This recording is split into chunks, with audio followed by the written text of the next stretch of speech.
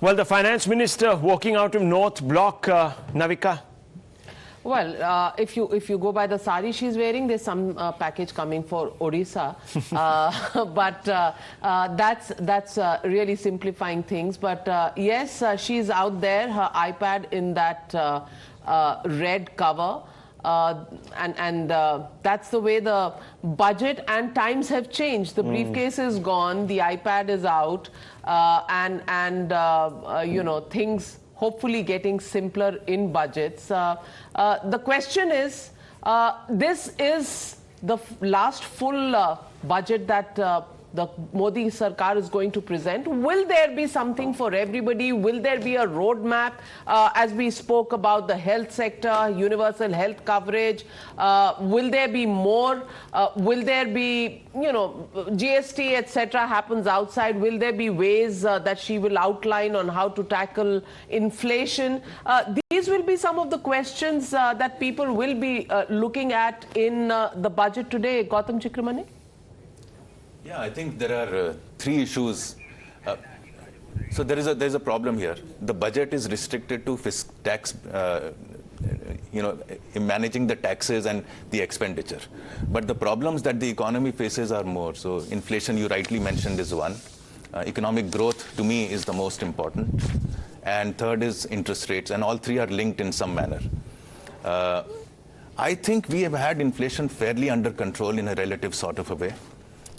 Not only that. 5.72, not too bad. No, not too bad. I mean, in the sense when countries in Europe are looking at 20%, when the average of Europe is around 9%, when countries that have been used to 1 or 2% inflation are looking at double-digit inflation, I think India has done fairly well. There is a problem.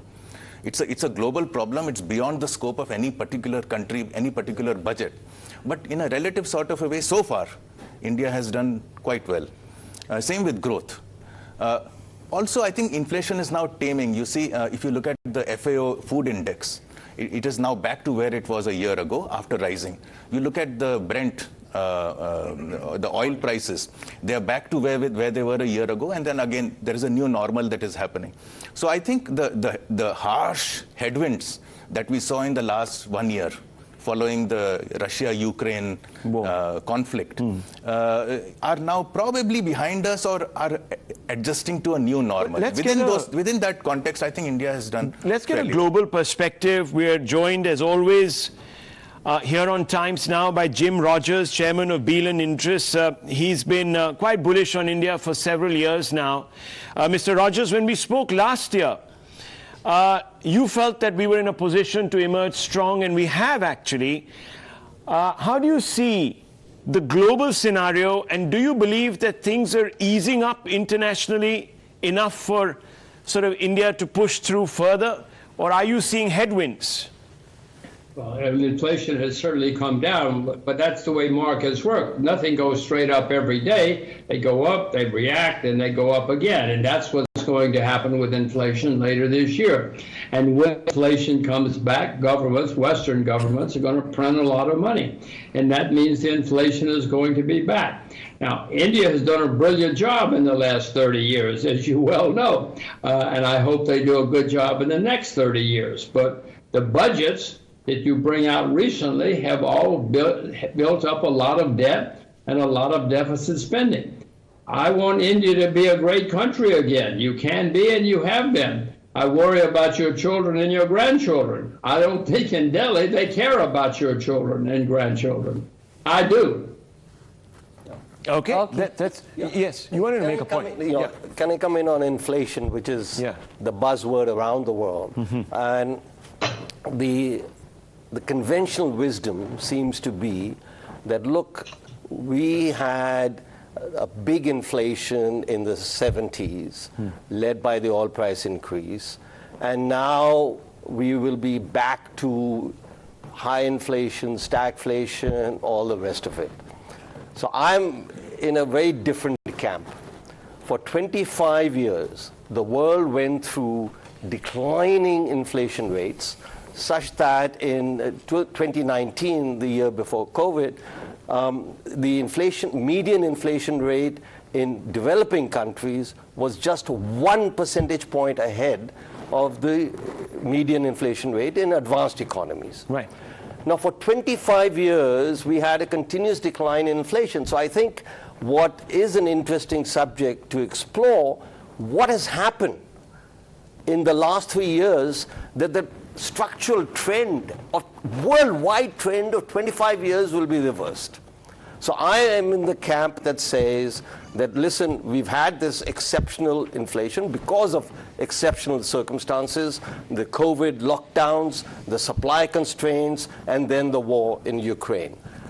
That, hopefully, all three, the last one is still dragging on, are behind us. So I see a future of inflation in India and worldwide, which is back to normal, where normal is what happened between 2011 and 2019. Well, so let me get in Mr. K.V. Subramaniam. Dr. K.V. Subramaniam, good morning from India, but it would be night in DC where you are. IMF Executive Director joining us from CEA last year, last budget, to IMF Director this year. What do you think? Do you share the optimism expressed by Dr. Surjit Bhalla, or today would you feel a little freer to say what are the warning signals that we need to see in the economy, and how do we need to address it? Thank you very much, Navika. You would recall that I was as free when I was in office as the CA as well. So nothing changes. I will still express my views candidly. I think the first thing to note, and I'll build on what Gautam mentioned, I think India is an outlier now, both on growth and on inflation. And I think at least during the 2.5 decades that I have tracked the Indian economy and the global economies, I have not seen a period when India has been such a positive outlier. I think that is the context in which this budget is being presented. I do think that the inflation, in global economies may continue to be higher.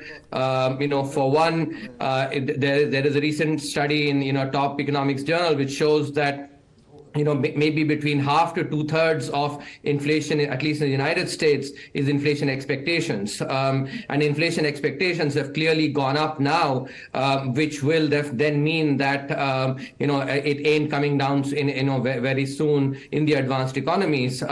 So they may be looking at, much higher inflation. It may also be the case, and this is maybe a conspiracy theory that I'm actually advocating, given the high debt to GDP that they have, they may want to, reduce their obligations in real terms. So for all the talk about inflation, the walk may be one where they keep the inflation high. Okay, this is interesting because, Doctor, that would suggest that there wouldn't be any pulling back on relief measures. Are we walking a tightrope here which could land us in trouble, could become a noose? Rahul, I think, for India, we have to make the distinction. We are not in that situation. The United States in excess or close to 200% of debt to GDP. Ours, as you would recall, when we had done the projections during the COVID year, we had said that, yes, it is, going about 90%, but it'll come down, below 80%, which it has because of the, what economists call the R minus G differential. The fact that the nominal rate of borrowing is actually lower, significantly lower in India than the nominal rate of growth. So for this year, for instance, anywhere between 7 to 7.5% will be the cost of borrowing, while the the nominal rate of growth will be 11% plus. And that's why I actually disagree with one of the speakers earlier. I don't think we're actually Indian policy has been burdening the generations that come after, because given the growth potential, and given the focus on capital expenditure and the growth multipliers, therefore, I don't think any policy in the last several years has burdened the coming generation. In fact, if anything, we're actually setting the ground and cleaning it up really for very good growth and thereby much higher per capita GDP for our future generations. Well, Dr. K.V. Subramaniam, now let me ask you something that's not about numbers. You are somebody who's worked on previous budgets very close to the finance minister. So give us the inside story on how it works. And last year, if she promised, during discussions that this we can't do this year and we might look at it next year, tell us some of that inside story that you may have carried with you in your pocket to DC. Share some of those. Yeah, a quick clarification, Navika. I actually finished my tenure in December of 2021, and therefore, while I was part of the budget discussions, in the early stages, I was not in the later stages. So what does happen, actually, you would have observed now, for instance, that the cavalcade was leaving. The cavalcade now goes to the, to meet the president, the finance minister, along with the 6, CA plus 5 secretaries, and the CBDT chairman, all of them will go and meet the president. The finance minister will brief the president about the budget. That's the first order of protocol. After which this team, you will see the cavalcade then proceeding. No, that part I know. That part I know, KV Subramaniam. Tell me the proposals and how. What was the 5-year roadmap that you had, discussed with her, and what might just happen this year in the budget? That's the insight I want from you. Yeah. You have to allow me, because at least for me, in the first year, I was like a kid in a candy store, actually, when I was part of this cavalcade. The key part here is that if you see over the last several budgets, the finance minister has not overpromised and underdelivered, as has been the case. There's been significant cleanup. If you would recall, in earlier budgets, either revenues were overstated, or it would be the case that a lot of the liabilities would be hidden in off-balance sheet items. And I worked very closely with the team in cleaning this up. Now all the liabilities, everything is very transparently laid out. Revenues are not over-projected. At the same time, the finance minister is very keen that she actually touches upon all the different sections that expect something from the budget, and that is why you tend to see budget speeches from her that are actually quite long. So overall, I think the emphasis on fiscal consolidation, and I also will think the emphasis on capital expenditures, especially focused on manufacturing, these will be things that actually you can expect. So that's my reading based on the inside information from work. Also tell us about middle classes, exemption limits. Is it a frozen discussion, or is there some possibility? Did you save it for this year, the last budget before elections? That I think is a very risky one to speculate on. My bet will be, not much change. Not much change. That's very interesting. That's. I just want to very quickly come back to you, Doctor. There is big talk, and we've broken this story, about almost a universal health coverage, health insurance cover. Now, was this part of the deliberations earlier? And if it is to happen, I don't know if it's going to be an announcement that we are moving towards that, or whether there will be actually certain very concrete steps that are put into the budget. Second obvious question would be, do we have the money? We already have a subsidy bill that is ballooning. I think this is the second highest subsidy bill, and we're just going to put that number out at 5.32 lakh crore right now. It's the second highest after 2020. So how does this happen? No, first, Rahul, let me actually clarify that I think looking at any numbers in rupee terms is actually misleading, because when you have the GDP, the pie growing, you always have to look at each of these numbers as a percentage of GDP. So I think otherwise, we end up misleading the viewers. When you have a much higher GDP, I think you can spend on healthcare, and you should. If you would recall, in the economic survey 2020-21, there was a chapter on healthcare, and these came as part of the deliberations where the recommendation was for cumulatively increasing the spending, on healthcare between 2.5% to 3% of GDP. And I think that is something which is very essential in creating human capital.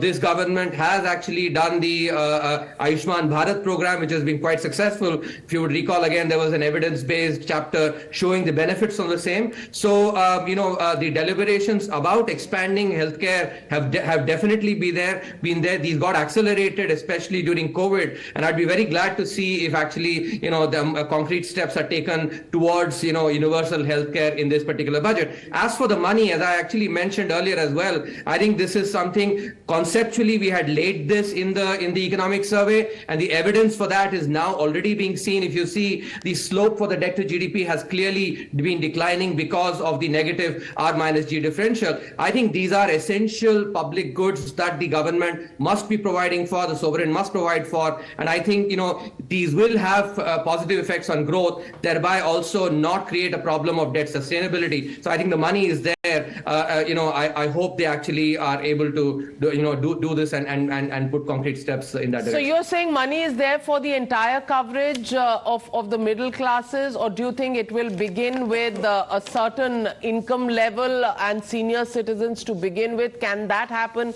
this year itself?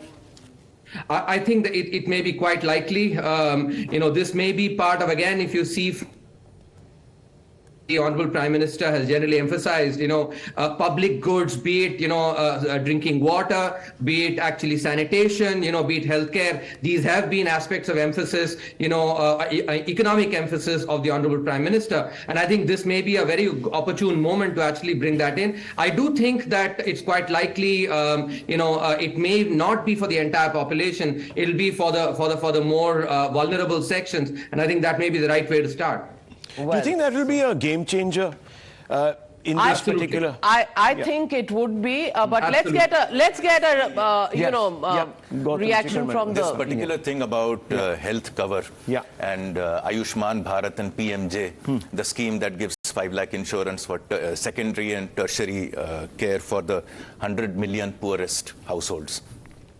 I think instead of expecting the government to do universal insurance, what I believe and what we have studied and also put out is that the rate at which the government is paying the insurance for the poorest 100, let that, or even a multiple of that, 1.5 times, or even a double, be allowed to be paid by the rest of those who can afford to, because there is a market failure that's happening in health insurance as well as in the healthcare. At least the health insurance part can be covered through this new scheme, which is simply extrapolating the Ayushman PMJ scheme, where people who can afford to can pay for a minimum 5 lakh or 10 lakh cover, which is assured through a better vigilance, through a better supervisory aspect. As far as health care goes, I think there is a serious market failure, which is not the problem of the budget or even the union government. It's a problem of state government, health being a state subject, and it's a very complex mesh of union as well as state laws. I think we need to rethink our health care, our hospitals, our dispensary infrastructure from zero. We need to bring all together. They say we want private investment, every other day you see there is a problem. There's a problem in the way hospitals are functioning. And then you say you should get public health where the poor go, but then you don't get facilities. I think we need a balance to fix this market failure in healthcare. Dr. Sanjay Jha, author, also joining us. Dr. Sanjay Jha, do you think on this specific issue, state governments and the center need to work together, because the health infrastructure cannot be expected only to be created by the center. States will have to play their role and get this insurance plus healthcare availability on fast track, because that is something that we've seen a total challenge during the pandemic time. Navika, 2 short points. Number one is I agree with you that there has to be greater participation of the states and the center. The center obviously cannot be excluded for logical reasons in trying to put India's growth story on a fast track. But I don't want to make this political, but we all know that the cooperative federalism has been a struggle. Now, it's not just the antagonistic headlines we make every day, but even in terms of distribution of what is called the financial resources. I mean, the cess and charges, for example, that the government has been levying in the budget is so anti-federal in its intrinsic character because it denies the states the headroom for the expenditures they would plan for. Now, I mean, this is a philosophical argument of which the center has to take stock of, but I think it in a way demonstrates a degree of political arrogance. The fundamental point, in my opinion, because you got a lot of eminent people on your program, and I would love to hear them, is the fact that India cannot grow, Navika, without private sector participation at a higher level. I mean, if you look at the share of manufacturing, periodically in some survey, you see industrial production has gone up, factory output has gone up, et cetera, et cetera. The truth is the share of manufacturing in India's GDP has actually come down. And I think that should worry us all because, you can't really sustain an economy by assuming that just because you'll have, government capex, it'll crowd in private investment. It hasn't happened. And Nirmala Sitharaman, by the way, got huge accolades from the private sector and a lot of experts, actually, who believe that when she gave the tax write-offs or concessions equaling 1,45,000 crore per annum in 2019 would trigger growth. Where is the growth? So, I think we have a problem there, a serious problem. I also feel that I think Mr. Subramanian mentioned that the middle class is, will probably not see a change. In my opinion, let's look at the reality. The 2017 to 22, when farmer incomes were going to double, forget doubling. The farmer income in real terms is down by literally 1% per annum in those 5 years. I mean, you're talking about 70 to 75% of India's backbone in terms of population base. And even if you look at the last data released by the government itself, in real terms, people are worse off today than they were pre-pandemic in 2018-19. So I think, we need to get real about these factors, and that brings me to the middle class. Bhalla wants to come in and give a counterpoint. Yes. A couple of points. We need to get real. I absolutely agree. One, there isn't a country in the world that shows that the share of manufacturing has increased over time. This has long been discussed, as you know, in the economics literature about manufacturing. It can't. So therefore, that one is factually incorrect. And to look at India and its share of manufacturing has gone down, we expect it to go down. Maybe what you can say is that we should increase manufacturing a little bit here, a little bit there, whatever it is. The PLI scheme, I think, is doing that. But to assert that the share of manufacturing has gone down and this is highly unusual, etc., it is the most predictable outcome for almost any country. Okay, I think Mr. Mehrotra has, and I want to bring in Narendra Taneja right after. Yes. For 25 years, manufacturing contribution to GDP from after the economic reforms began was 17%, all the way till 2015-16. Thanks to demonetization and a badly planned and poorly designed GST, we've had manufacturing as a contribution to GDP in our country declining because of poor economic management and economic policy, down from 17% to 13%, and it's only just climbed up to 14%. In a developing country, manufacturing contribution to GDP rises. In Bangladesh, manufacturing contribution to GDP is higher than ours.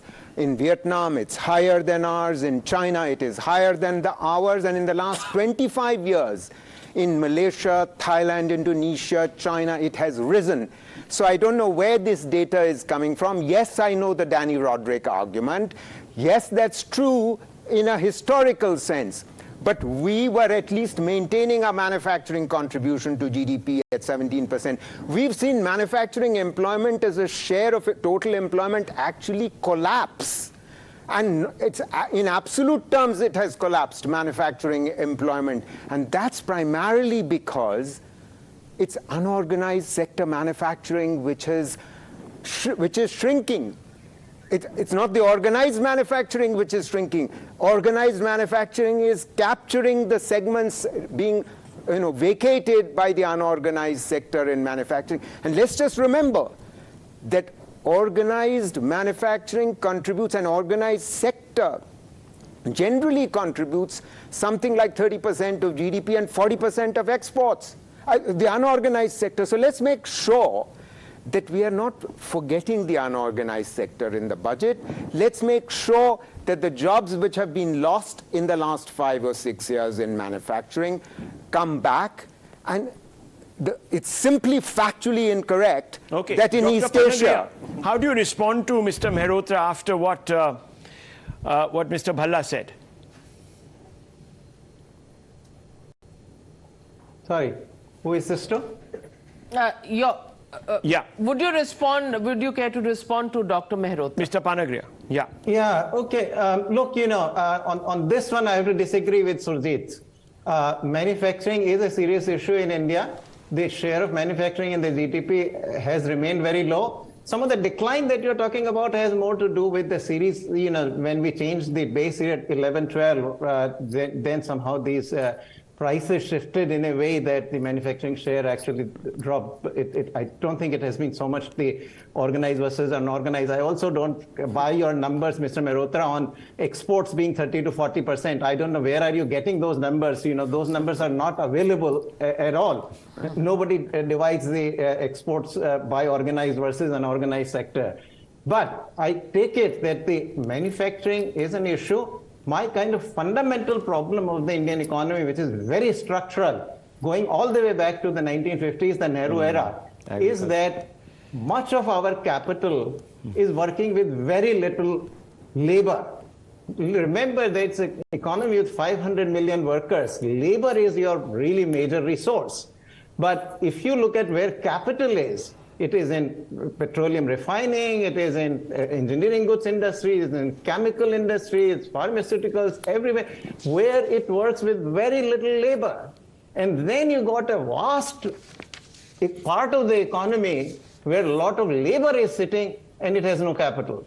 Or it works with very little capital. I think from the beginning we have got this wrong, and the countries that have succeeded, that have been named just now, Vietnam, Bangladesh, China, but before that South Korea, Taiwan, Singapore, all these countries actually, initially employed their capital in industries where you use a lot of labor. So apparel, footwear, furniture, a lot of light manufacturing. I think these industries have done poorly in India. This is an ongoing, last 20 years I've been writing about this. It is something that needs to be addressed centrally. But I'm afraid, all governments want to really do heavy industry, big projects, big, high tech. Those are the industries for which the governments like to go. And that's where employment is not happening. Big news coming in. I'll interrupt you, Dr. Pangaria. Those are visuals coming in from Rashtrapati Bhavan, where Finance Minister Nirmala Sitharaman is with the President, Srimati Draupadi Murmu. And with her is her entire team that has worked on the budget. It's the 4 secretaries, financial services, economic affairs, revenue and expenditure secretaries. Then there are the CBDT and the CBEC chiefs also present, the chief economic advisor, the 2 ministers of state and the finance minister in those pictures coming in from Rashtrapati Bhavan. There's some new budget insights that have come through, and these are important ones. Government may raise the income tax exemption limit from 2.5 lakhs. Government may also consider levying 20% tax on income up to 20 lakhs. may announce higher IT exemption limits in old slabs also, and government to make income tax structure more transparent. That's what we are hearing from our budget insider. There is also talk, Navika, about, as we said, railway allocations to be hiked by 25 to 30%. In income tax, I've already said exemption limit maybe. I just want to, viewers, show you something which is very interesting, because remember the backdrop is the election, and let's not ignore it, because it is an important one. Yes, the government has so far not sort of been swept away by electoral breezes, but nonetheless, I just want to bring up a few graphics that we have put together. The vote train, for example. So if there is going to be expenditure, here are the areas, and they are electorally very significant. So New Delhi, Varanasi connects Delhi and Uttar Pradesh. Lok Sabha seats that get sort of this runs through is 87. New Delhi, Katra connects Delhi, Punjab, Haryana, Jammu and Kashmir. The seats here in play are 35. Mumbai to Gandhinagar connects Maharashtra and Gujarat. 74 seats. And these are some of the numbers, and we're going to project them here also on our AR. New Delhi and this to AMB Andorra connects Delhi, Haryana, Punjab, Himachal. Lok Sabha 34 seats here in play. Chennai, Mysuru 67 Lok Sabha seats in play. Bilaspur, Nagpur connects Chhattisgarh, Maharashtra 59. All of these are electorally important states because some of them are going into the election cycle. Howrah, Siliguri connects Calcutta to North Bengal. Again, 42 seats in play. Visakhapatnam, Secunderabad connects Andhra Pradesh, Telangana. Another 42 seats in play here. And of course, there is the National Highway Network, which also sort of ties in with the broader objective of taking development to certain pockets of this country. 1.9 lakh BharatNet Gram Panchayats have been connected. Jal Jeevan Mission, 1.53 lakh villages have Har Ghar Jal. These are all government numbers, viewers. So all of these schemes will see perhaps some bolstering. Absolutely, and there is a political story, no doubt, because in Parliament you would see, Mr. Mantri, most members of Parliament running across to the railway minister, "Hamare ilake mein train nahi aa rahi hai, logon ko chahiye," and so connectivity huge issue, and some of these Vande Bharat trains. Likely to have, so populism, forget populism, it's going to be electoral direction given through these kind of things, yes. which is also the requirement as far as connectivity is concerned. No, and also the thrust on indigenization of some of the trains, manufacturing some of the railway equipment, the wagons, all of that is happening in India. So the capex bit, we are seeing increasingly the rise in capex, the spending, much of it is also going into Indian manufacturing to some degree. Okay, so you brought in the manufacturing story. I think you were saying that earlier when we were off air. If you give growth, that's going to help you. So with everything that you have mentioned, this, that, whatever, connectivity, railways, etc., is basically expansion of the economy. And expansion of the economy with, if you will, there is a redistribution that has been happening for the last 7 years, 8 years, and which will continue to happen, which is targeted interventions to help those who are in need, etc. But Mr. Bhala, let me ask you this question. The government said, and I know there were black swan events, and there was perhaps demo, which, I mean, there are different views on it, but 5 trillion 2025. Now, Jim Rogers is sitting here.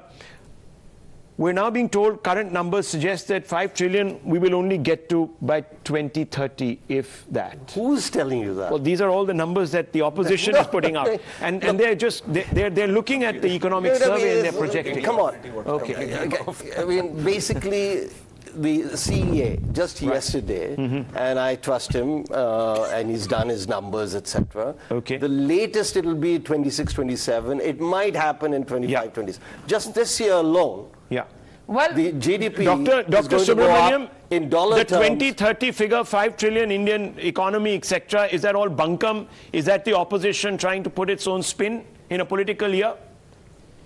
Yes, Rahul, but before that, let me actually correct some of the, incorrect data that's been spoken about, by some of the panelists on manufacturing. I'm just looking at the economic survey data that has been put out yesterday. The share of manufacturing in gross value added FY23 is 17.3%, and I'm reading from the abstract of the economic survey. So I don't know where these, numbers are coming. It basically says it's in the very first paragraph, which says very clearly that the share of gross value added, this overall gross value added by the industrial sector, assessments and data that's been put out by Sanjay and other panelists. No, Mr. Mehrotra is disagreeing with you vehemently. He's throwing his hands around. Absolutely. Jim Rogers is also raising his hand, but I'll just come out to him in about 30 seconds. He's been very patient. Yes, Mr. Mehrotra. Look, I'm also looking at the economic survey. The statistical appendix is showing in unmistakable terms that it has systematically declined after 2016, and it has, yes, just climbed back up. So Mr. Subramaniam may be right here. Yeah. Earlier you said it was down to 13 and then it down to 14. Now it's 17.3 after the correction. Excuse me, for 5 years it's been declining. I mean, do you have an explanation? Never in the history of India has manufacturing contribution to GDP declined. Never in the history of India has manufacturing contribution to employment been declining systematically. Okay, let me get in Dr. Subramanian on that. Unemployment just Can you explain what happened in 3 years? Dr. Subramaniam. Yes. Firstly, I don't know where the data on employment that Mr. Mehrotra is citing, because as a share of manufacturing, I don't like to actually get into a slangy match. I like finishing my points, and I think it may be useful for all of us to actually maintain that decorum. So I think it is important to first understand that if we look at the share, and 17.3 is the number. This is the first table of Chapter 9 of the Economic Survey, which shows that share of gross value added is 17.3, of manufacturing. And as for employment, and this is something that's already been covered as well in previous economic surveys, if you look at the formalization of the workforce, if you look at the employees that are actually saying regular wages and salaried workers, that has increased. And not just that, the economic survey also showed that the share of employment in manufacturing firms with more than 100 employees has increased, and this is data coming from the annual survey of industries. So I don't know what part of the statistical appendix Mr. Mehrotra is looking at, but if you look at the and I would actually be happy to go and take a look at what maybe is misinterpreting the numbers, but I think from the economic survey so let me just read out the extract from the economic survey, and the economic survey says labor markets have recovered beyond the pre-COVID levels in both urban and rural areas, as observed in supply side and demand side employment data. Quarterly urban employment data shows progress beyond pre-pandemic levels, as the unemployment rate has declined from 8.3% in July-September 2019 to about 7.2% in July-September 2022, reflecting rising formalization of employment. Net addition to EPFO payroll is steadily moving upwards. So that is from the economic survey. But before I come back to you, Dr. Mehrotra, let me also get in Mr. Jim Rogers, and let me ask him. There is a political slugfest back home in India on whether or not India is the bright spot at this point, given the challenges the world is facing, the fears of recession, the war, and inflation, and growth targets being pretty lower than what India is projecting them to be. Jim Rogers, do you really believe India is doing better than other economies, and do you think foreign direct investment, which the government hopes will increase in this year, will actually show some positive signs? Back to the numbers before. I don't know the numbers, but I do know that India is one of the more closed economies in the world to outsiders. To me, open your doors to foreign investors, foreign capital, and foreign expertise, and become the great country you used to be. Please, please do it for you and your children and your grandchildren. You used to be? When? When? Yeah, you said we were. We used to be better than this. Are we worse off than before? Well, 600 years ago, you were one of the All right. Okay, fantastic. I got 30% of the GDP. I got the Let's go back context. to 30% of the global GDP. Mr. Narendra Taneja of the BJP joining us, and would you want to respond to that? Yeah. If we want foreign direct investment, if we want growth to solve our problems, as has been recommended by Gautam, by Dr. Bhalla, you know, we need to open up and get that investment and get those growth numbers up, Mr. Taneja. And that, apparently, Jim Rogers isn't convinced is happening. Well, we have opened up. I mean, I can go sector by sector. And, but the point is, at the same time, in India, we have to make sure that, we are a vast country. We have internal challenges. We have different kind of, ideologies, and opposition parties are still stuck in this kind of Soviet mindset, and they come out with their own, narratives and so on. And sometimes they manage to even, manage to sell their narrative to the people. So you have to be sensitive to everything. But at the same time, look at the petroleum sector. I mean, it's almost fully deregulated, fully decontrolled. You can come here, you can set up a refinery, even 100% owned. Let me give you an example of European Union bureaucracy is among the worst in the world. If you are not, please deal with that and then comment on Indian bureaucracy. I mean, I'm not suggesting that we are the best bureaucracy or the best system. No, there are challenges. But at the same time, we are opening up. Certainly, we are better than many other let's countries get a view. like Vietnam Let's get a view from two individuals who are sitting abroad right now. And one is, of course, Dr. Subramaniam, who is at the IMF, and Dr. Arvind Panagriya, whose columns I read in the Times of India very regularly. Now, Dr. Panagriya, there is still a little bit of hesitancy globally about coming in. Now, there could be factors, but a large number of people also echo what Jim Rogers says, that sometimes we don't seem hungry enough, inviting enough. Is that true? And what do we need to do? Well, you certainly get that sense. I mean, on trade, it's very clear that on trade, we used to be more open than we are today. And particularly in the year 18-19, we really hiked up many of the tariff rates on almost 40% of our tariff lines. So that kind of trade protection certainly has gone up. It is well recorded and all. Foreign investment, though, we have been steadily opening up, and the Prime Minister has been very open on that front. Now, the bureaucracy challenges, I think, only the investors can tell. On that front also, certainly a lot of progress has been made. You can argue maybe not enough yet, but certainly, so I would sort of differ on foreign investment. There we have been steadily opening up. Even while I was there for 3 years, a lot of foreign investment opening up happened. And subsequently, equally, there my perception is different. Okay, Dr. Subramanian, are we going to see the world coming to India? There are still challenges. There's a war that is raging, and it doesn't seem to show any signs of ending. The crisis is, in fact, deepening. At least that's what people suggest. So how do we factor all of this in? And of course, inflation rates are high. And with that, unfortunately, also, it would appear that interest rates are high globally. So I think I'll reiterate, what I had said earlier. Gautam and Dr. Panagriya have also mentioned.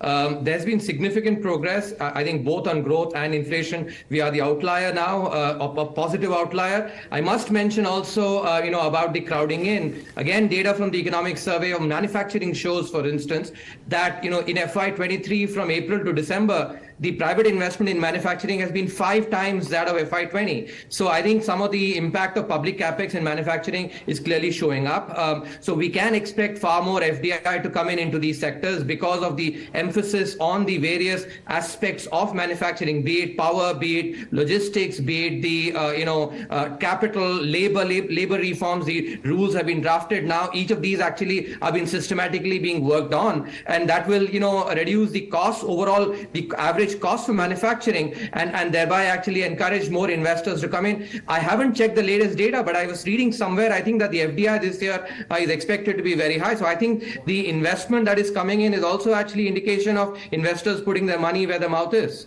Let's get a sense from Mr. Anil Desai, Member of Parliament in the Rajya Sabha from the Shiv Sena, the original Shiv Sena. Anil Desai, good morning to you. And do you think and do you agree with the IMF, which says India is the bright spot? Do you think the Modi Sarkar has handled the economy and its challenges in the COVID years and the war year well enough right now to be poised at a level where we can do the other corrections in terms of the growth and sorting out challenges like inflation and unemployment? Of course, the way IMF has predicted the growth rate of Indian economy, that it will grow by 6.8, but actually it has shown that 6.1, and what we are going by is 6.6 to 6.8. Having seen what has happened in the last couple of years with the pandemic hitting all over, and India was no exception, and even coupled with other problems, geopolitical activities and the Ukraine-Russian war, India has suffered very greatly, there is no doubt. But government of India has tried its bit to tie over these issues, but it is not that rosy the way the things are being shown, because unless manufacturing takes up, it is being shown the figures which have come up, or the economic survey which has shown that government has taken enough of, did enough of attempt to see that things fall in line, and even private investors, private players, they come in the picture. While spending, capex was at the greatest level, 7.5 lakh crore was laid, and I think more than 50 to 60% is being spent till November 22. So that shows that it's a very healthy picture which is being painted. But what about the unemployment? Unemployment on one side, what happened to the MSMEs, which is not yet picking up? See, we are doing good as far as our service industry is concerned, but manufacturing, we do need to put in more efforts to see that it comes up. Demand is not picking up. The way banks have been, today we are boasting of that we have come over the issue of NPAs in the banks, nationalized banks, but which is not so. Though figures are showing that it has come down to around 6% from where it was more than 10 to 12%.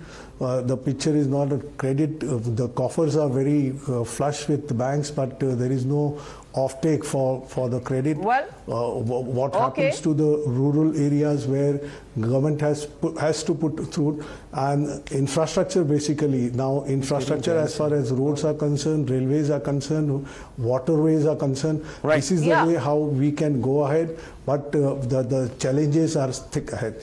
Well, Jayant Sinha, Member of Parliament and former Minister of State for Finance, joining us this morning. Good morning to you, Mr. Jayant Sinha. Concerns are many, manufacturing sector being the topmost, inflation and overall unemployment, the big challenges, and especially when you combine economics with politics. What do you think the Finance Minister can do? The Finance Minister is going to pursue the very calibrated and sound policies that she and the Honorable Prime Minister have been following, and that has led to India being the shining star in the global economy.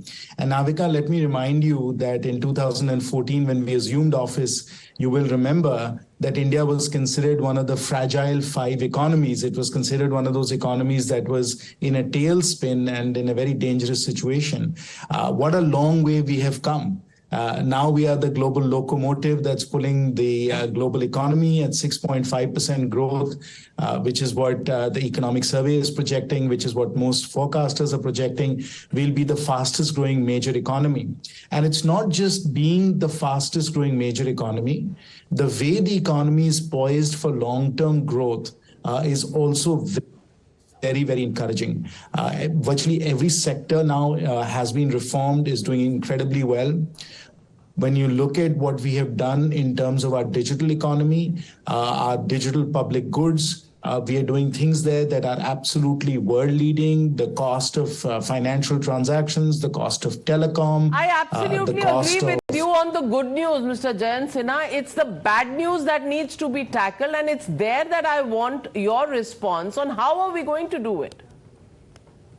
Well, the bad news, Navika, is all external in the sense that, we have obviously a war still going on in the Ukraine, and we don't know how that's going to unfold. That's really unpredictable. Number two, China, of course, is entering the global economy. Again, that may lead to higher commodity prices like oil prices. And finally, the central bank tightening cycle that is going on right now is feeding through, and that's going to result in a global slowdown. So all of these factors are external to us, and the best thing we can do to prepare is to have a resilient macroeconomy, which we do, and secondly, to make sure that we are as competitive as possible, which is exactly what we're doing. So I think we're pursuing the right policies in an uncertain world. Well, Dr. K.V. Subramaniam, two things. Consistently, people talk about the R word. It's being whispered globally, that there is a recession looming, and this could be perhaps in the third quarter or the second quarter. In fact, at the Davos summit, one of our ministers also sort of referred to it, creating a few ripples back home. Number one. Number two, if that is indeed the case, are we insulated from more dislocation? I was reading some pieces that seem to suggest that we've taken enough steps to do that, but are we really? And thirdly, most importantly, employment, jobs. Why aren't we generating the jobs at the rate that we're supposed to? Remember, this entire government kicked off in 2014, promising certain targets. Of course, we've all forgotten about them now. Why has that not happened consistently? So, Rahul, I think the first thing to look at, let me respond to the employment numbers. A lot of the incorrect narratives on employment has actually come from the very unreliable, data that CMI puts out. The sampling methodology of theirs is actually very, very dodgy. I think there's been a lot of work on that. For instance, they don't even ask the question, how many hours have you worked? The survey just asks, were you employed? And it's just based on perception. I think, if you look at the PLFS, which is put out by it's official data put out by the National Statistical Organization, sample and survey organization, what we find is, I'm just focusing on the impact of COVID. If we look at the pre-COVID period as well, a significant increase happened in the in the regular wage or the salaried people. Casual labor had come down significantly, and these data are all out there. From the PLFS data, people can refer to it. When we focus on COVID itself, if we take the three metrics that are by far the most important, which is the what is called the working population. Worker to population ratio, the labor force participation ratio, LFPR, and the unemployment rate. Each of these have actually now, recovered fully. And I think that quarterly PLFS data clearly shows that, after a V-shaped recovery, remember actually during the lockdown quarter, they had actually deteriorated significantly. Now, if you look at the July to September 2022 data and compare it to the pre-COVID, use the October to December 2019 as a benchmark, or even the Jan to March 2020 as a benchmark, clearly employment has improved. In particular, female employment has actually grown much more, even though the actual slope of recovery has been slower, which is really good news. And if you also look at I'm looking at some of the PLFS data here.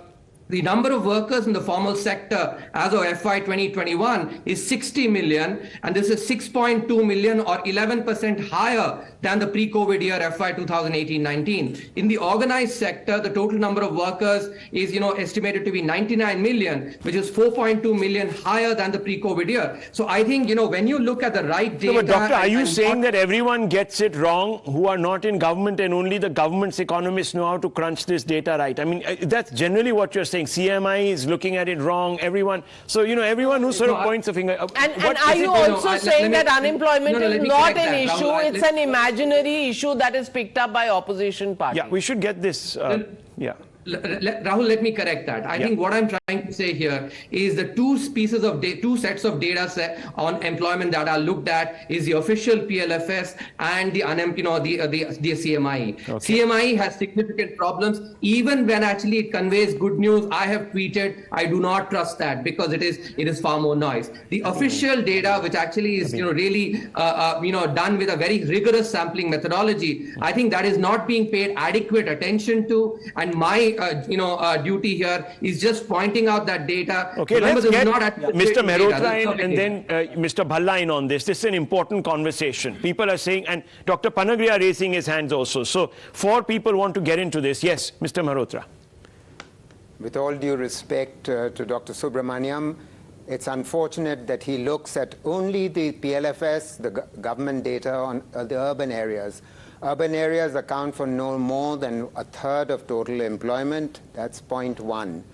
Point 2, something that I've been pointing out as a member of the Standing Committee on Economic Statistics of the National Sample Survey Organization for the last 3 years, and the NSO will not conform to international standards of collecting data. One of the reasons why the PLFS, which is the government's data, is giving us the impression that employment is rising, labor force participation is rising, and unemployment is falling is the following. It's very important to understand this because the PLFS does not follow standard international definitions. And the most important point here is that the PLFS is showing unemployment falling because what has happened in the last 4 years is that unpaid family labor, which is a very significant share of total self-employment, unpaid family labor in absolute terms rose by 21 million merely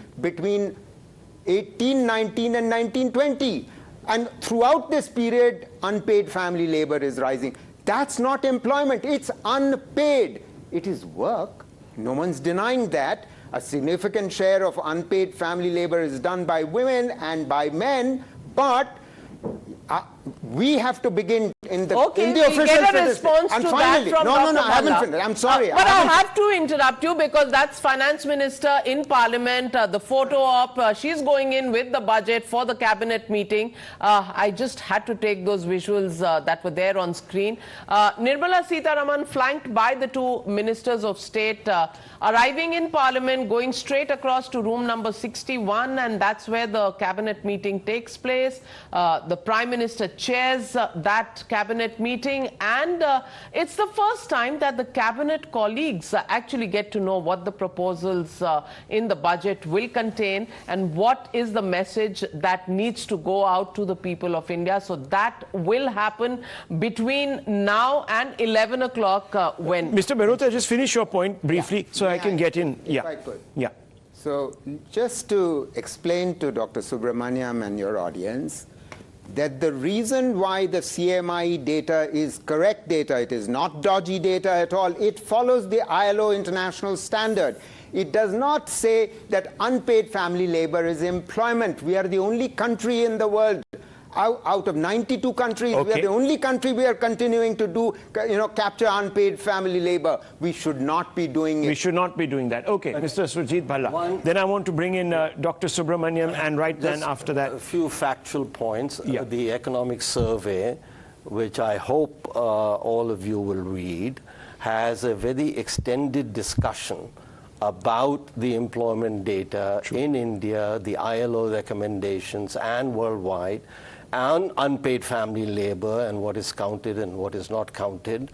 And if you would look at that chapter, you will find that what they are stating is that the Indian PLFS definition, and I think it does conform to the, I don't want to get into too technical, but basically they're saying that the, including a World Bank study that they cite, ILO study that they cite, that the female labor force participation rate in India is understated by about 8 to 10 percentage points. That's factual point number 1. Look at the economic survey. It is meant to be read, not just to pick up some political points.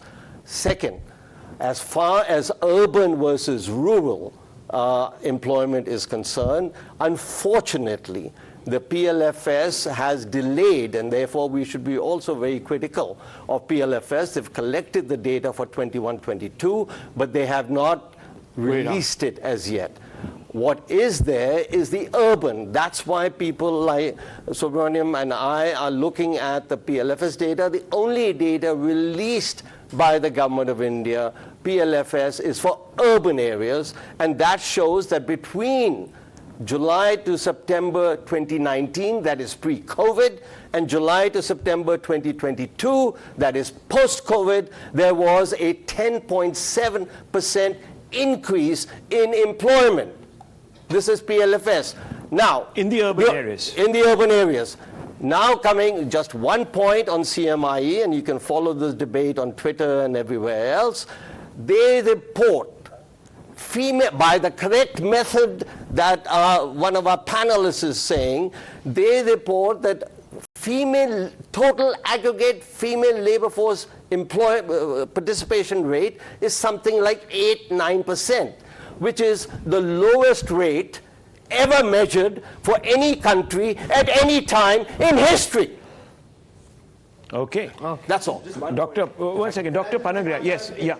Okay. Yeah. See, Dr. Panagrahi, just one second. I'll bring you in. Yeah. Okay. With all due respect to my good friend Dr. Bhalla, he again, like Dr. Subramaniam, is telling us about urban employment increasing. May I finish? My sentence, you sir, misquote all the time. Excuse me, may I finish my sentence? Then you can, okay.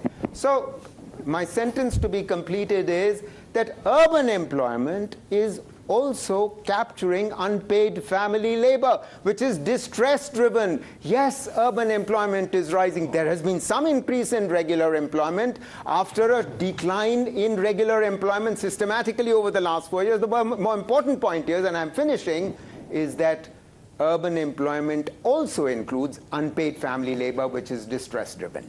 All right, Dr. Pangaria. Dr. Pangaria, do you want to respond to that? Just a small point. It has all been said already. I think I completely agree with Dr. Subramaniam and Sujit. Whatever the methodology, it has not changed. So whatever was being measured in the past is being measured now. And by that same fixed measurement, the unemployment rate, urban unemployment rate, has steadily come down.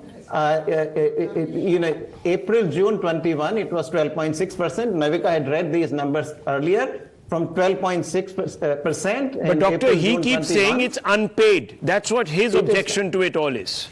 It's unpaid. Whatever it is, look, the methodology has not changed. So whatever, if we were measuring unpaid then, we were measuring unpaid now.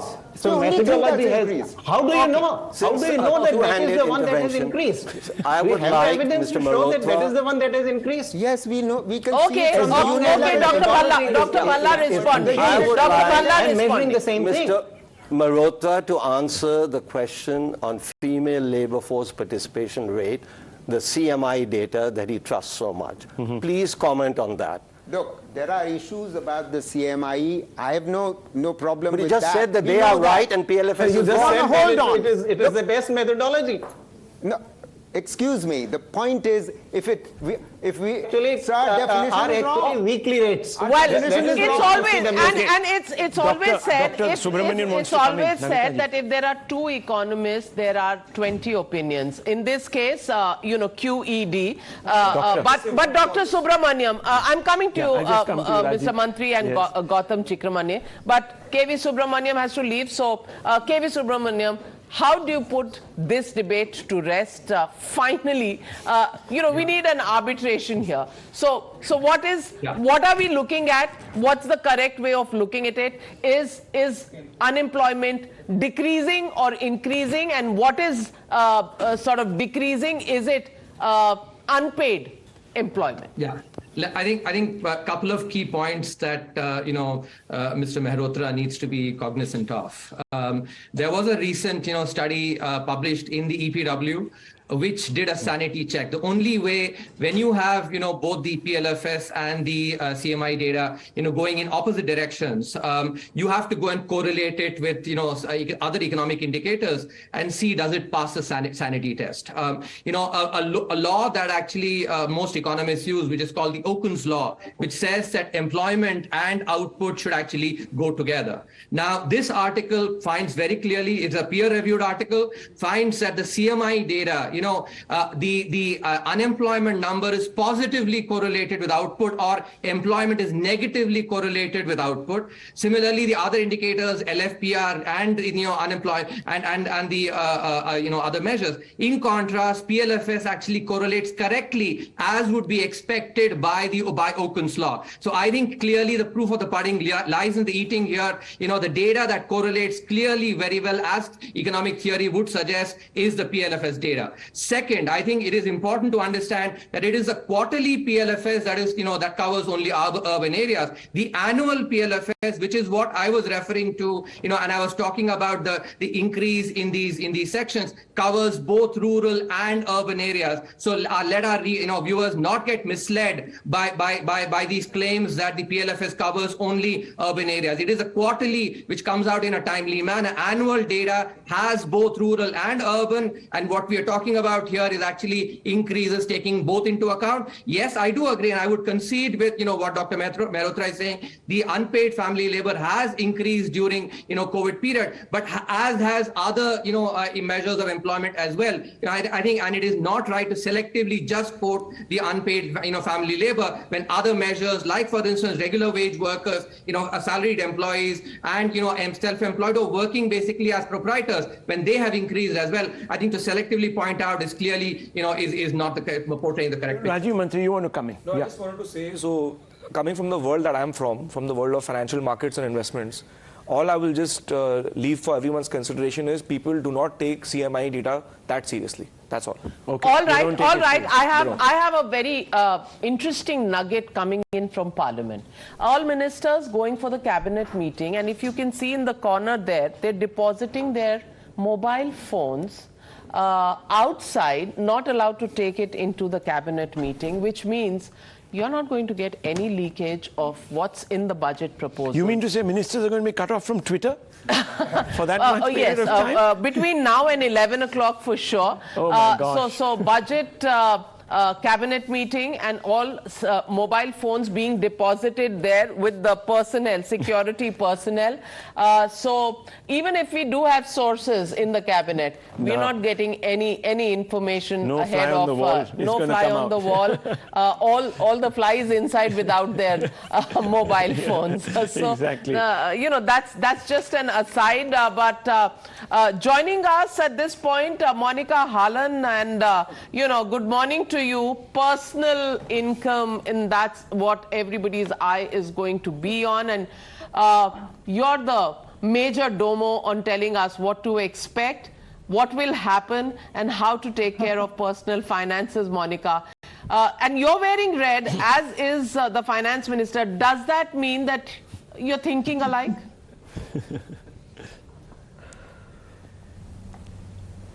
I'm sure we didn't WhatsApp each other to check sari colors, just a coincidence. Navika, I'm not sure that there is anything much in the budget for the salaried. People are saying that this is going to be a pre-election budget. I don't think so at all. Nothing that I have seen of this government and of the previous budgets tells me that this government is going to take easy steps which will jeopardize the stability that we have managed to put in the budget. Off-budget items have been taken on budget. The fiscal deficit is now a real number. Even if there is some fiscal space, Navika, I don't think there's going to be a giveaway, a freebie budget for the salaried class.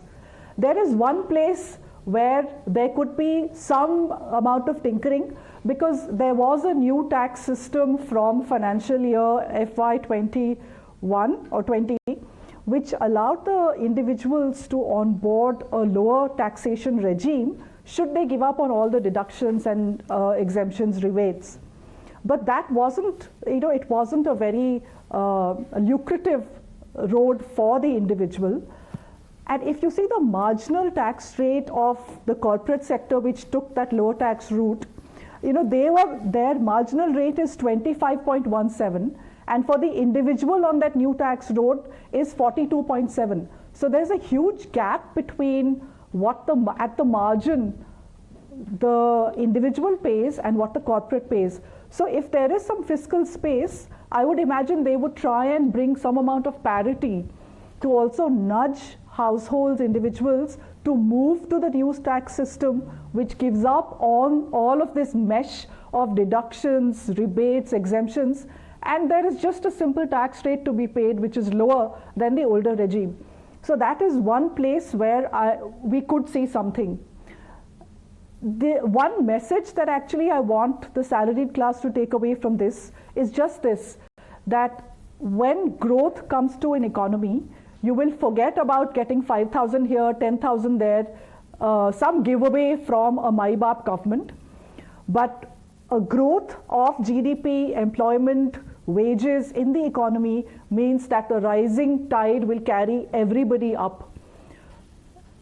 Another couple of years of forbearance of the salaried, and when we see growth stabilizing and taking off, you really will look back on this period to say, good that the government did not disrupt the budgets with giveaways which caused us to pull back on growth. Navika, that is my short point, that do not expect anything much from the budget for the salaried.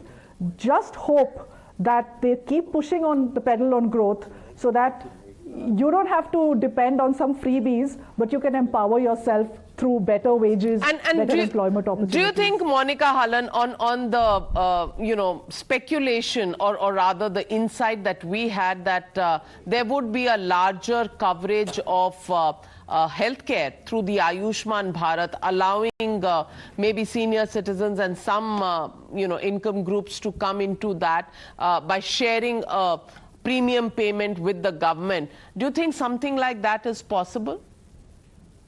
Right.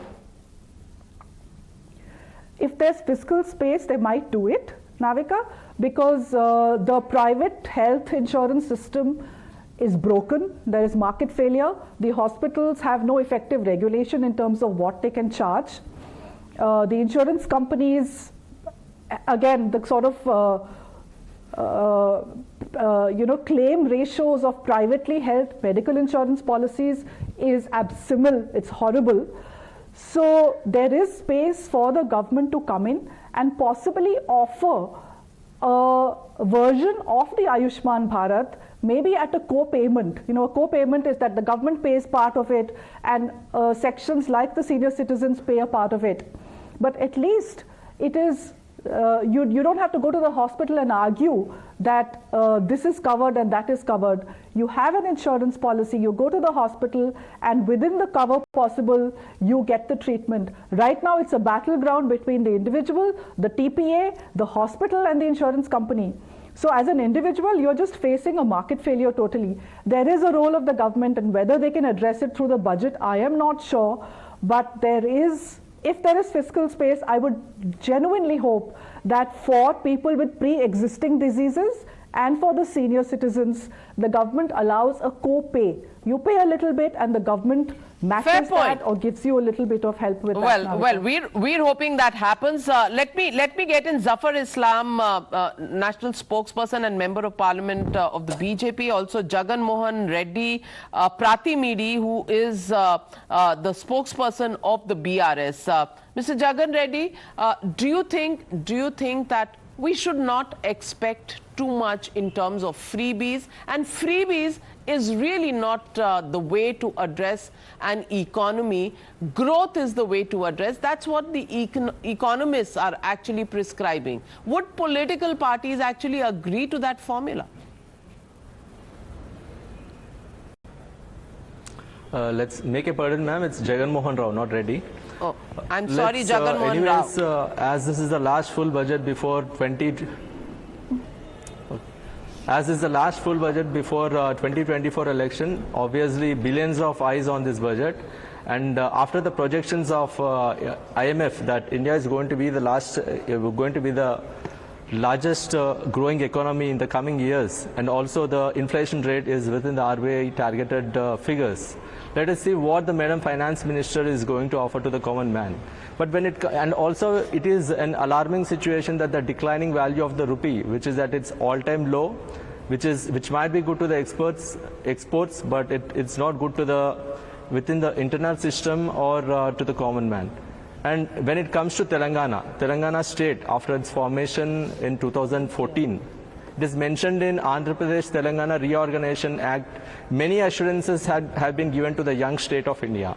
But in every budget, Telangana expects the union budget to offer something to the Telangana state, fulfill the assurances to the Telangana state mentioned in the Reorganization Well, Act. Mr. Jagan Rao, this is a national budget. It's not a Telangana budget. So, I don't know. I mean, we are waiting for sections of people to get something. Well, if Telangana is also part of India, then it will also get, what other people in other states get. But let me also welcome Mr. N.K. Singh. Mr. N.K. Singh, Chairman of the 15th Finance Commission and President of the Institute of Economic Growth. Good morning to you.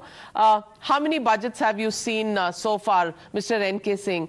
Close quarters, because ever since I started reporting, I've seen you in North Block and somewhere or the other connected with, finances of the country, the finance ministry, the budgets. How many years has it been, and what do you expect different from this budget? Sorry to interrupt you there. That's Prime Minister Modi arriving for the cabinet meeting. So 10:15 cabinet meeting slated to just begin. Ministers all there, and Prime Minister Modi just walks in for that cabinet meeting. Yes, Mr. N.K. Singh.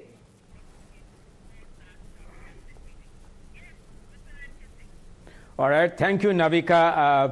By recalling how many budgets I'm associated with, it only reminds me of my age, that I've been, and my age and how young you are in this comparison. No, sir, I've seen 30 budgets as well. I think that the three broad features are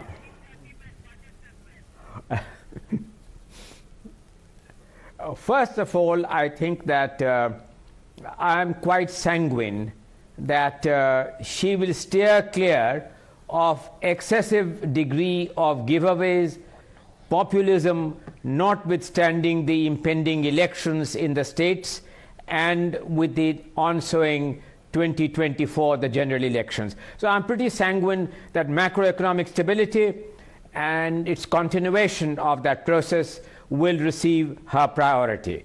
Second, I think I expect a deeper simplification of the entire taxation structure. I hope that in the area of direct taxes, there is a movement in not only simplification, but there are other ways in which the entire simplification, doing away with exemptions in the direct tax code, will receive also priority. Equally, while the indirect taxes are now under the GST Council, there would be some hints on how the tax buoyancy ratio, which has been assumed at only 1% in the economic survey, can be further improved. Third, I think that I expect that the issue of fiscal consolidation, a more manageable range of fiscal deficits, will continue to receive her priority attention, because it is very important that the investment savings ratio is significantly improved if, really speaking, we want to improve on the baseline projection of the chief economic advisor of 6.5, but move closer to the upper range of around 6.8 or so, which even the IMF expects. And to able to get really private capital and private investment into it, and looking at the fact that the scope for borrowing in dollar terms is now more circumscribed, I very much hope that the fiscal space would be adequate to allow private investment to take place. So I think, broadly speaking, I expect a continued thrust towards the economic reform momentum, which has been taken, and hopefully some new important initiatives also outlined in the budget. Well, so discipline, key word here, and Gautam Chikramani, that doesn't sound very good if you're looking for some masala in the budget. No, but you know, I wanted to come in earlier, but this debate is moving so fast that I got lost. One of our panelists... It's like the Vande Bharat. Yeah, one of our panelists was saying that why does India hate foreign investments, etc., etc. I just want to clarify to him that I think India hates investment. And I think that despite all the efforts of the governments, and I'm not just talking about the NDA, I'm talking about UPA as well, as you come down, things get murky, and probably the bureaucracy or at states. Now, along in this budget session, there is another bill which is pending. It's called the Jan Vishwas bill, which is looking at decriminalizing imprisonment clauses in business laws. There are 69,233 compliances that businesses have to meet every year on an annual basis. What's that number? 69,233. Out of this, 26,134 carry imprisonment clauses. The Jan Vishwas bill, which was laid in the on the last day of the winter session, which we had criticized, and now it seems to be working again, they're going to rework it, is hoping to fix this problem.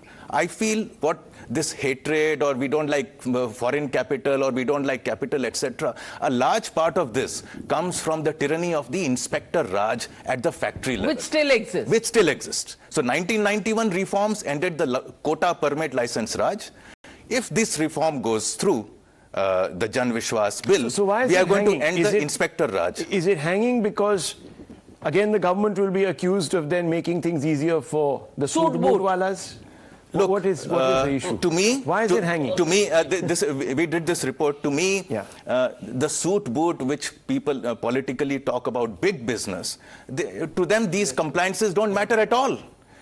The way we have seen these compliances matter to the SME, who are apparently the job creators, and I don't know what kind of quality of jobs they produce. Nonetheless, they are called job creators, they are called GDP drivers, they are called manufacturers, and so on and so forth.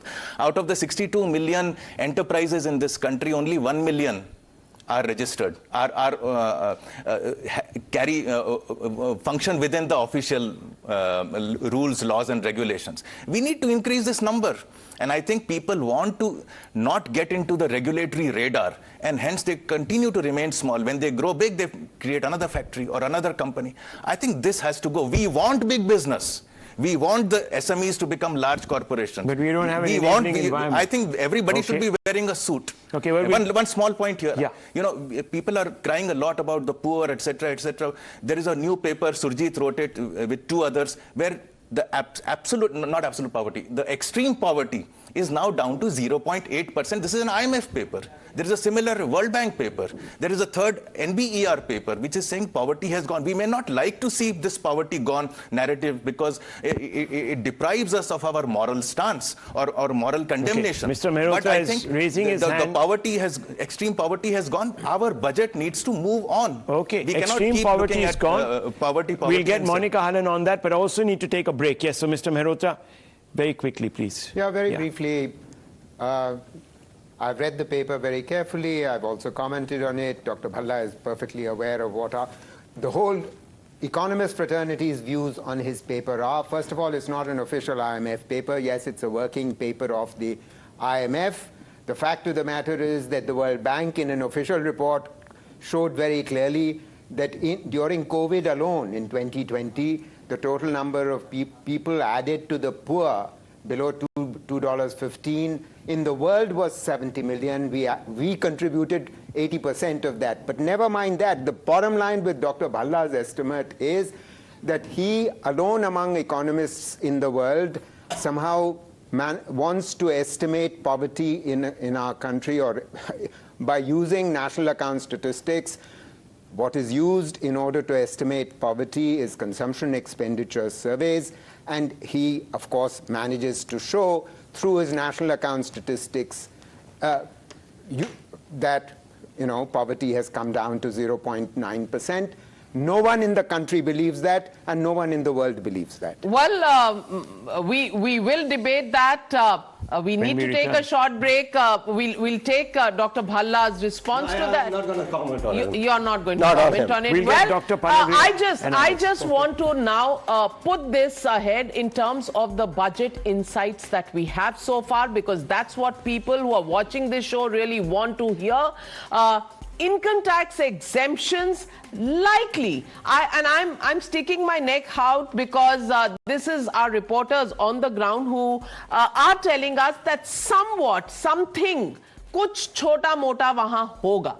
That's what the expectation is, and apart from that, we are expecting that the health coverage, there will be a roadmap for health coverage, universal health coverage, and a small beginning may be made with a certain vulnerable section of the society, maybe the senior citizens, with a shared premium for a Ayushman Bharat kind of coverage between the government and the senior citizens. Premium will be shared and paid. We are expecting something to be announced in that segment. So those two announcements we'll look out for. Will it happen? Will it not happen? I don't know. We don't know here. We can't say for sure. The cabinet is right now being informed. But if it's there in the budget, the cabinet will be told that that's the one to take to the people. Will it happen? We'll come back and debate that after this very short break.